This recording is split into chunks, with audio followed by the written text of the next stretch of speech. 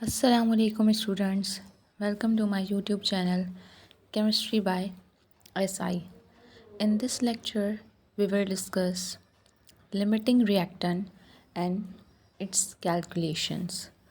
So let's start. What is limiting reactant? The reactant which is entirely consumed first during chemical reaction is called limiting reactant or limiting reagent. हमारे पास किसी भी chemical reaction में जब कोई reactant सबसे पहले consume हो जाए, सबसे पहले ख़त्म हो जाए रिएक्ट करना, so that will be the limiting reactant. ठीक है, अब हमारे किसी भी केमिकल रिएक्शन में फॉर एग्जांपल 2 से 3 रिएक्टेंट्स मौजूद हैं. उन तीनों रिएक्टेंट्स में से कोई एक ऐसा पर्टिकुलर रिएक्टेंट है जिसने पूरा का पूरा रिएक्ट कर लिया दूसरे रिएक्टेंट्स के साथ और वो ख़त्म हो गया सबसे पहले.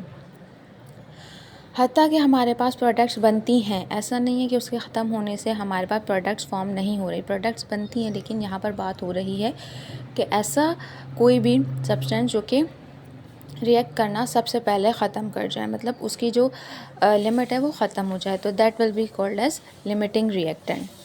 The reactant that is not completely consumed is often referred as excess reactant. यहाँ पर क्या बात हो रही है कि जब भी हमारे किसी भी केमिकल रिएक्शन में कोई ऐसा रिएक्टेंट मौजूद हो जो कि पूरा का पूरा कंज्यूम ना हो केमिकल रिएक्शन में, उसको हम एक्सेस रिएक्टेंट कहते हैं. ठीक है, mathematically limiting reactant is that which gives least number of moles of product in the chemical reaction because once one of the reactants is consumed completely the reaction stops. यहाँ पर अब क्या बात हो रही है कि किसी भी केमिकल रिएक्शन में जो हमारे पास रिएक्टेंट मौजूद हैं उनमें से कोई ऐसा रिएक्टेंट जो हमें प्रोडक्ट के लीस्ट नंबर ऑफ मोल्स दे. सही है, जब हमारे पास प्रोडक्ट बने तो ऐसा रिएक्टेंट कौन सा है जो कि हमारे पास प्रोडक्ट को लीस्ट नंबर ऑफ मोल्स में दे रहा है, that will be the limiting reactant. क्योंकि जैसे ही वो रिएक्टेंट जो कि हमारा लिमिटिंग रिएक्टेंट है, जैसे ही वो कम्प्लीटली कंज्यूम्ड हो जाता है, सारा ख़त्म हो जाता है, तो हमारे पास क्या होता है, रिएक्शन स्टॉप हो जाता है, चाहे दूसरे रिएक्टेंट एक्सेस में मौजूद हों. सही है. So consider the following formation of water from hydrogen gas and oxygen gas in the following balanced chemical reaction. ठीक, अब यहाँ पर हम लोग वाटर की फॉर्मेशन को एक्सप्लेन करते हैं और उस फॉर्मेशन में, उस केमिकल रिएक्शन में हमारे पास किस तरह कोई भी लिमिटिंग रिएक्टेंट के तौर पर कोई रिएक्टेंट मौजूद है. ठीक है, so we start the reaction by taking 2 moles of hydrogen and 2 moles of oxygen. It will be noted that hydrogen is consumed earlier and stops the reaction while oxygen left behind. Thus H2 is considered as limiting reactant and oxygen is identified as excess reactant. अब यहाँ पर हमने एक simple सी example को discuss किया जिसमें हमारे पास hydrogen gas है और ऑक्सीजन गैस है जो कि मिलकर हमें वाटर फॉर्मेशन दे रही हैं. ठीक है, और एग्जांपल में हमने ये देखा है कि हमने 2 moles of hydrogen gas consider किया एंड 2 moles of oxygen gas consider किया. सही है. अब यहाँ पर हमारे पास जहाँ हाइड्रोजन ब्लू सर्कल में मौजूद है एंड ऑक्सीजन हमारे पास ऑरेंज सर्कल में मौजूद है. सही है, 2 मोल्स ऑफ हाइड्रोजन है 2 बार. ठीक है, इसी तरह ऑक्सीजन भी 2 बार, it means 2 moles of hydrogen and 2 moles of oxygen. अब यहाँ पर देखें, जब केमिकल रिएक्शन स्टार्ट हो रहा है तो हमारे पास क्या हो रहा है, हमें वाटर फॉर्मेशन के लिए क्या चाहिए होता है, H2O, मतलब 2 हाइड्रोजन के मॉलिक्यूल और 1 ऑक्सीजन का मॉलिक्यूल. तो फॉर्मेशन होने के बाद हमारे पास 1 ऑक्सीजन आ जाता है, 2 हाइड्रोजन वैसे के वैसे आ जाएंगे. सही है. इसी तरह दूसरी, मतलब चूँकि हमने 2 मोल्स लिए हैं H2 के भी और ऑक्सीजन के भी, तो हमारे पास वाटर भी 2 मोल्स में ही प्रोड्यूस हो रहा है. ठीक है, तो 2 हाइड्रोजन के मॉलिक्यूल्स 1 ऑक्सीजन का मॉलिक्यूल, और देखा जाए तो हमारे पास एक ऊपर वाले ऑक्सीजन में से, ऑक्सीजन मॉलिक्यूल में से ऑक्सीजन बच रहा है, एक दूसरे वाले ऑक्सीजन मॉलिक्यूल में से ऑक्सीजन बच रहा है. इट मीन्स यहाँ पर क्या बात हुई कि हमारे पास H2 हाइड्रोजन सबसे पहले कंज्यूम हो रहा है, तो इसको हमने एज अ लिमिटिंग रिएक्टेंट का नाम दिया, और चूँकि ऑक्सीजन हमारे पास एक्सेस में मौजूद है, एक्सेस में बच रहा है, इस वजह से हमने उसे एक्सेस रिएक्टेंट के तौर पर नाम दिया है. ठीक है, To find out a limiting reactant in a chemical reaction, we must focus on following 4 steps. ये जो नीचे चारों स्टेप्स हैं ये हमें किस में हेल्प करते हैं? जब भी हमें किसी भी रिएक्शन का लिमिटिंग रिएक्टेंट मालूम करना हो तो ये चारों स्टेप्स हमें फॉलो करने होते हैं। ठीक है, सबसे पहला स्टेप हमारे पास क्या है कि हमें सबसे पहले बैलेंस केमिकल इक्वेशन लिखनी होती है किसी भी केमिकल प्रोसेस की। ठीक है, right a balance chemical equation of the given chemical process. Number second step is determine the number of moles of reactants from their given amount. अब जो हमारे पास reactants मौजूद हैं सबसे पहले हम क्या करेंगे, उनके मोल्स फाउंड आउट करेंगे। ठीक है, क्यों? क्योंकि मोल्स के बिहाफ पर ही हमें पता चलेगा कि हमारे प्रोडक्ट के कितने मोल्स फॉर्म हुए हैं। ठीक है, जैसे कि हमने बात की थी कि लिमिटिंग रिएक्टेंट वो होता है जो कि प्रोडक्ट के लीस्ट नंबर ऑफ़ मोल्स हमें दे। ठीक है, तो जब हमें number of moles of reactants पता होंगे और नंबर ऑफ़ प्रोडक्ट्स के मोल्स हम फाइंड आउट करेंगे तो हमें डिफरेंस पता चल जाएगा कि पहले कितने मोल्स थे और उसके बाद प्रोडक्ट में कितने मोल्स फॉर्म हुए हैं। अगर least number of moles form हुए हैं किसी भी एक पर्टिकुलर रिएक्टेंट की वजह से तो वो लिमिटिंग रिएक्टेंट कहलाता है। ठीक है, तो हम क्या करेंगे, सबसे पहले बैलेंस केमिकल इक्वेशन बनाएंगे, फिर number of moles find out करेंगे रिएक्टेंट के। नंबर थर्ड स्टेप क्या है कि number of moles find out करेंगे प्रोडक्ट के with the help of balance chemical equation. जिस तरह हमने रिएक्टेंट्स के फाइंड आउट किए उसी तरह हम लोग क्या करेंगे, प्रोडक्ट के फाइंड आउट करेंगे अकॉर्डिंग टू स्टेशियोमेट्रिक रेशोज़। जैसे हम लोग किसी भी बैलेंस केमिकल इक्वेशन में कोई स्टेशियोमेट्रिक रेशोज़ होते हैं हमारे पास, तो वो हमें बताते हैं कि बेसिकली हमारे पास कितने मोल्स ऑफ रिएक्टेंट प्रेजेंट है, कितने मोल्स ऑफ प्रोडक्ट प्रेजेंट है। सही है। Number 4 step is identify the reactant which produces the least moles of product as limiting reactant. अब हम देखेंगे कि कौन सा ऐसा पर्टिकुलर रिएक्टेंट है जिसने लीस्ट नंबर ऑफ मोल्स हमें प्रोडक्ट के दिए, तो वो हमें एज अ लिमिटिंग रिएक्टेंट कहलाता है। ठीक है, अब हम एग्जाम्पल के साथ डिस्कस करते हैं कि किस तरह हमारे पास किसी भी केमिकल इक्वेशन से हम लिमिटिंग रिएक्टेंट को फाइंड आउट कर सकते हैं। ठीक है, so let's discuss the example. Combustion of ethene in air to form carbon dioxide and water is given in the following equation.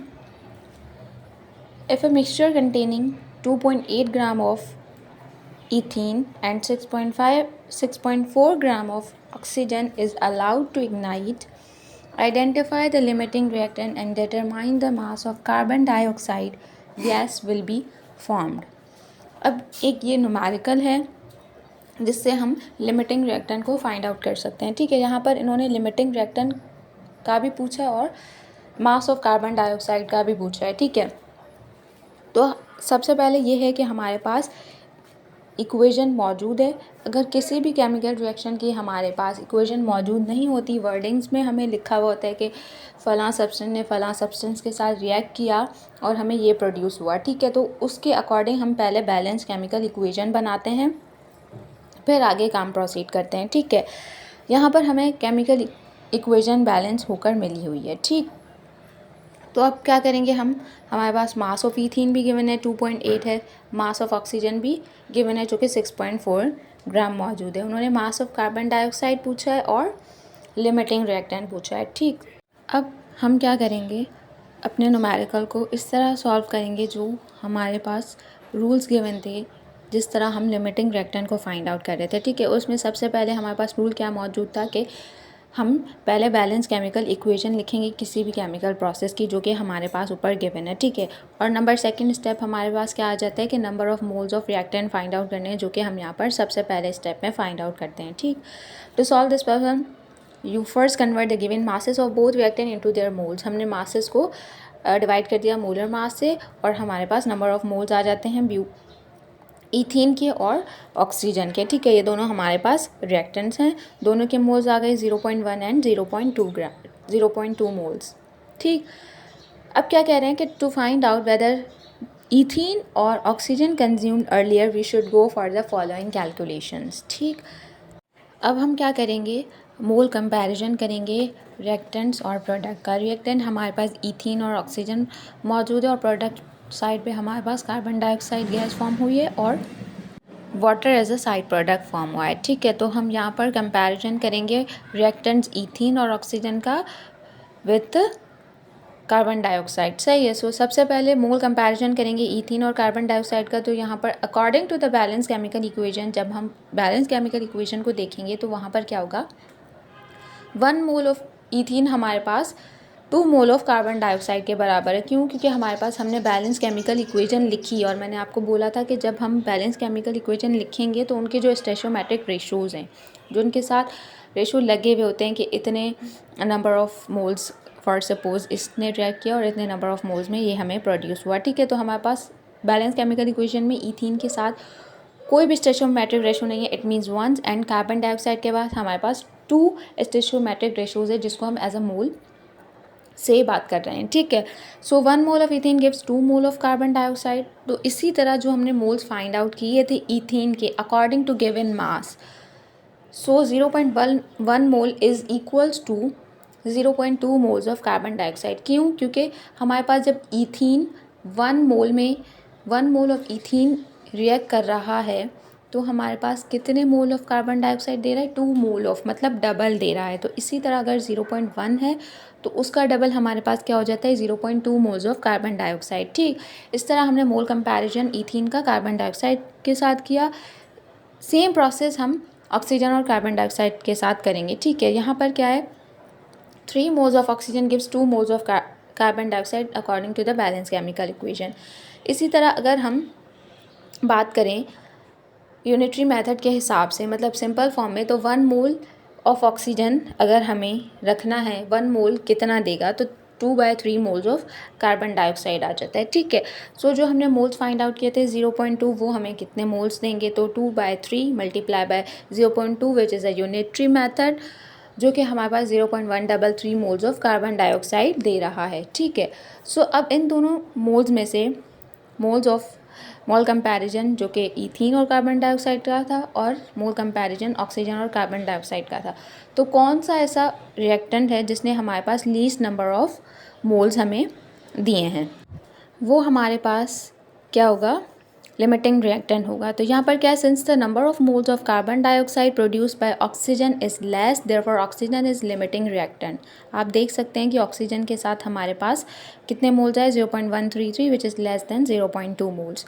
सही है, हमने लिमिटिंग रिएक्टेंट फाइंड आउट कर दिया। उसके बाद इन्होंने कहा था न्यूमेरिकल में कार्बन डाइऑक्साइड का मास फाइंड आउट करना है, तो क्या करेंगे हम, amount of carbon dioxide produce will be calculated as, amount का फार्मूला होता है moles multiply by molar mass. ये फार्मूला इंटर कन्वर्ट हुआ है according to the number of moles वाले फार्मूले से, जो कि मास अपॉन मॉलिकुलर मास वाला फार्मूला होता है। ठीक है, उसके अकॉर्डिंग हमने उसको इंटर कन्वर्ट कर दिया और हमने मास फाइंड आउट कर दिया कार्बन डाइऑक्साइड का। ठीक, इसी तरह अब हम सेकेंड एग्जाम्पल को डिस्कस करते हैं।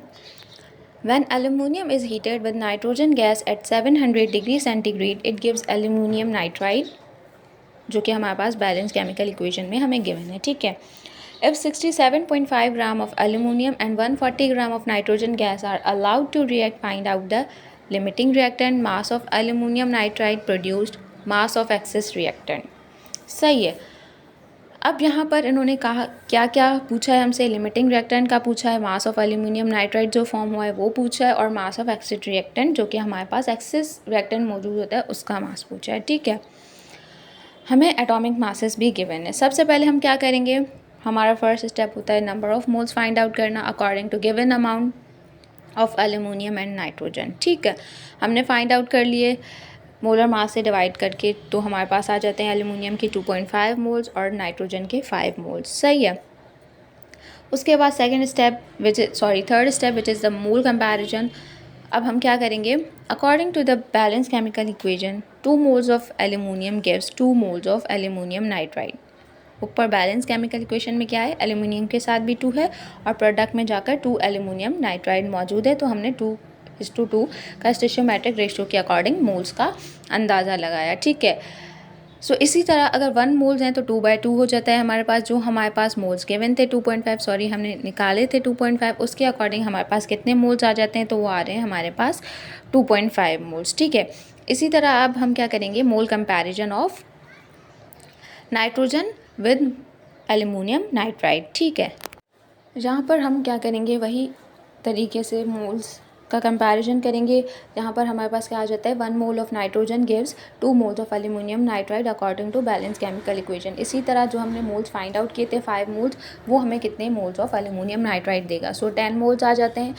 Since the number of moles of aluminium nitride produce by aluminium is less, therefore limiting reactant is aluminium. सही है। अब हमारे पास क्या था कि हमें अमाउंट ऑफ एल्यूमिनियम नाइट्राइड मतलब मास फाइंड आउट करना था। तो उसका फार्मूला हमारे पास क्या होता है, मोल्स मल्टीप्लाई बाय मोलर मास। ठीक है, moles which is 2.5 and molar mass is 41, जिसको हमने मल्टीप्लाई कर दिया तो हमारे पास अमाउंट ऑफ एल्यूमिनियम नाइट्राइड आ जाता है। ठीक है, उसके बाद उन्होंने क्या पूछा था, mass of excess reactant which is determined as, excess reactant हमारे पास कौन सा यहाँ पर मौजूद है, नाइट्रोजन। चूँकि एल्यूमिनियम हमारे पास लिमिटिंग रिएक्टेंट है तो उसका अगला वाला रिएक्टेंट हमारे पास एक्सिस रिएक्टेंट के तौर पर कहलाता है। ठीक है, सो अब हम मास ऑफ एक्सिस रिएक्टेंट किस तरह फाइंड आउट कर रहे हैं कि यहाँ पर क्या लिखा हुआ है कि 2 moles of aluminium combine with 1 mole of nitrogen. ठीक है, बैलेंस केमिकल इक्वेशन में हमारे पास क्या था, 2 एल्यूमिनियम थे और 1 मोल ऑफ नाइट्रोजन था। सही।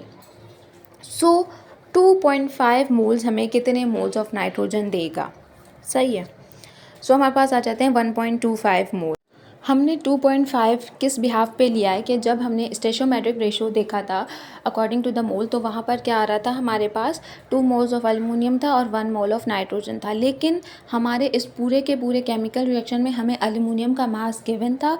उस मास के अकॉर्डिंग हमने मोल्स फाइंड आउट किए जो हमारे पास 2.5 आ रहे थे, और उस 2.5 के कंपैरिजन हमने नाइट्रोजन के साथ किया है। ठीक है, सो हम एक्सेस मोल्स इस तरह निकालेंगे कि नाइट्रोजन के हमारे पास अकॉर्डिंग टू द रिएक्शन जो नाइट्रोजन के मोल्स आए थे हमारे पास वो 5 आए थे। हमने जो अमाउंट से नाइट्रोजन के मोल्स निकाले थे, ठीक है, वो 5 आए थे, और 1.25 वो वाले मोल्स हैं जो नाइट्रोजन के मोल्स एल्युमिनियम के साथ रिएक्ट हुए थे। ठीक है, बात समझने की है यहाँ पर कि एक वो मोल्स हैं जो कि नाइट्रोजन के अपने हैं। सही है। अब ये वाले जो 1.25 मोल्स हैं, ये वो वाले मोल्स हैं जिन्होंने एल्युमिनियम के साथ रिएक्ट किया था। ठीक है, तो यहाँ पर हम इन दोनों को माइनस कर देंगे, सब्ट्रैक्ट कर देंगे total of the moles of nitrogen and reacted nitrogen with aluminium. So हमारे पास एक्सेस मास और एक्सेस मोल्स ऑफ नाइट्रोजन आ जाएगा। अब यहाँ पर हमारे पास मोल्स आ जाते हैं, तो हम 3.75 मोल्स को मल्टीप्लाई करवा देते हैं मोलर मास ऑफ नाइट्रोजन से, तो हमारे पास अमाउंट ऑफ नाइट्रोजन आ जाता है जो कि एक्सेस अमाउंट ऑफ नाइट्रोजन कहलाता है। ठीक है, so this is all about the limiting reactant and some basic calculations to find out limiting reactant. I hope you will understand all the concepts easily. So please like, subscribe and share my channel and stay connected for further information.